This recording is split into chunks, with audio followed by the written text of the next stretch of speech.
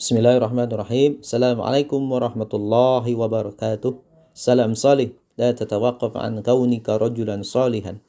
Jangan berhenti menjadi orang yang baik. Allahu Akbar. Alhamdulillah.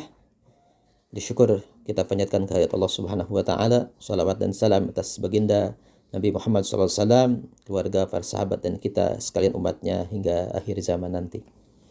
Ayah bunda dan anda semuanya, semoga senantiasa diberikan limpahan kesehatan oleh Allah Subhanahu wa taala, limpahan rezeki serta diberikan kekuatan dan semangat untuk tetap melaksanakan aktivitas sehari-hari. Amin ya rabbal alamin.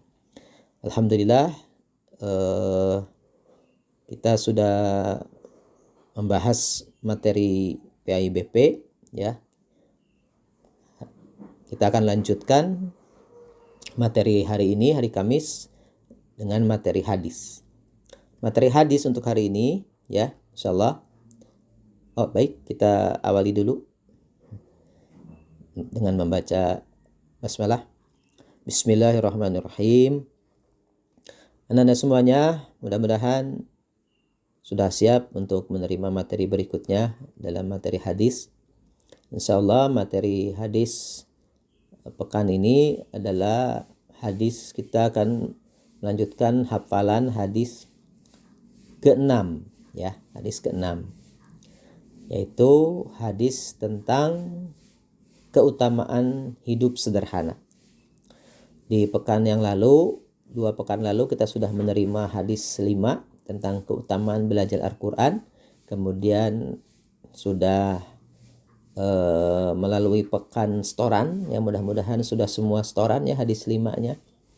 Yang belum segera supaya tidak bertumpuk hadisnya, sehingga kita akan lumayan jadi repot untuk menghafalnya.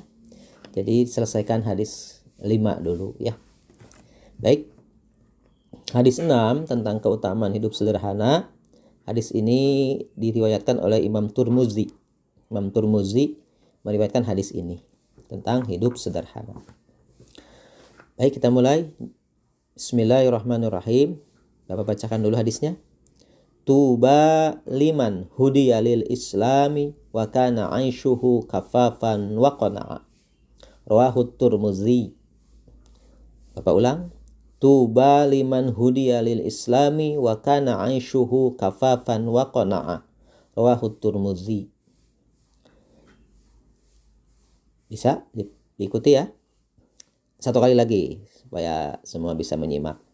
Tuba liman hudiya lil islami wa kana aishuhu kafafan wa qana'a.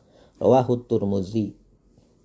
Artinya, berbahagialah orang yang diberikan hidayah untuk memeluk Islam dan hidupnya sederhana serta qanaah. Ulangi artinya. Berbahagialah orang yang diberi hidayah untuk memeluk Islam dan hidupnya sederhana serta qanaah. Hadis riwayat Imam Tirmidzi. Begitu anak-anak ya. Nah, silakan dihafal hadisnya ya. Coba kita sama-sama baca dari awal langsung dengan artinya. Bismillahirrahmanirrahim. Tuba liman hudiya lil islami wa kana aishuhu kafafan wa qana'a.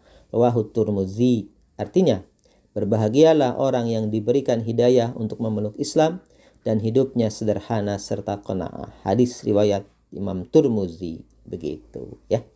Anak-anak, sedikit penjelasan. Hadis ini memberikan kepada kita informasi tentang orang yang berbahagia. Siapa orang yang berbahagia? Ada 2 orang yang berbahagia di sini. Yang pertama, orang yang diberi hidayah. Ya, orang yang diberi hidayah untuk memeluk agama Islam. Ini kebahagiaan. Karena orang Islam akan masuk surga. Kalau kita bukan Islam, tidak akan masuk surga. Begitu diantaranya. Man hudiya lil Islam. Orang yang diberikan hidayah untuk menerima Islam sebagai agama dia. Seperti doa kita, ikrar kita. Raditu billahi rabba wa bil islami dina. Ya, menerima Islam sebagai agama. Kita akan masuk surga insyaallah. Amin. Kalau tidak masuk Islam, tidak akan masuk surga. Itu keyakinan ya, keyakinan seorang muslim begitu. Yang kedua, orang yang berbahagia itu, yang tuba itu berbahagia, man aishuhu kafafan wa qana'a. Orang yang hidupnya kafaf. Kafaf itu apa anak-anak? Kafaf itu di sini artinya sederhana, tapi ada sedikit perbedaan. Kafaf itu menjaga diri sehingga dia tidak suka meminta-minta. Nah, itu kafaf. Nah, ya. Menghindarkan diri dari perbuatan tercela, ya. Meminta itu perbuatan yang tidak baik. Ya, nanti anak di level berikutnya, anak-anak di level berikutnya akan dapat tuh. Kalau tidak, saya pernah dulu mengajar kelas 5, ada hadisnya, ya. Hadis tentang ini. Jadi orang yang ya suka meminta-minta, nanti di akhirat nanti wajahnya tidak punya kulit, tidak ada kulit mukanya. Ya, tidak ada kulit mukanya gitu. Jadi mukanya tidak daging, hanya tengkoraknya saja, nauzubillah, ya. Begitu. Ini kafaf. Jadi menjaga diri dari hal-hal yang menghilangkan kehormatan, di antara meminta-minta. Nah, serta qanaah dan sederhana itu. Karena dia tidak meminta-minta, itulah karena dia hidupnya sederhana. Jadi tidak meminta-minta. Gitu, ya. Itu merasa cukup, qanaah, merasa cukup dengan yang dimiliki. Sudah kita pelajari ya di akhlak terpuji, ya, yang syukur nikmat, rendah hati, dan sederhana. Nah, inilah sederhana, qanaah. Qanaah itu merasa cukup dengan apa yang dimiliki. Jadi anak-anak kalau di kelas juga belajar untuk qanaah. Saat membawa snack apapun, dimakan itu. Jangan lirik-lirikan kepada makanan temannya, kemudian merasa ingin meminta, mencoba gitu. Itu tidak dianjurkan, ya. Tetapi teman yang merasa membawa makanan yang berlebih, jangan menunggu temannya minta, nggak boleh. Itu tidak baik itu. Itu kurang empati namanya. Apalagi temannya tidak bawa snack, tawarkan. Kamu mau tidak makanan yang aku bawa? Kamu mau nyoba tidak snack aku? Nah, begitu. Yang ditawarkan harus tahu diri, jangan ngambil berlebih gitu. Nah, itu diajarkan dalam Islam. Nah, hidup sederhana itu, gitu ya. Jadi akan saling timbulnya kita, ya.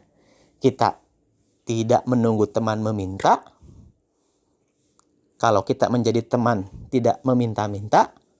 Tapi kalau menjadi diri kita jangan menunggu teman meminta.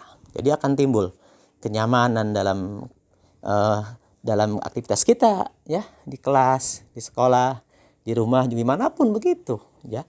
Jangan sampai menunggu teman meminta, itu anjuran Rasulullah SAW, gitu. Tapi kita juga hidupnya sederhana, cukup dengan apa yang kita miliki, makan apa yang kita miliki.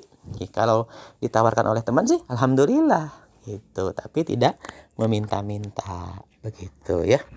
Demikian hadis untuk pekan ini tentang keutamaan hidup sederhana. Mudah-mudahan bisa dihafal, dipahami maknanya terutama, dan dilaksanakan dalam kehidupan sehari-hari. Demikian, selamat menghafal dan selamat mengirimkan setoran hadisnya, ya.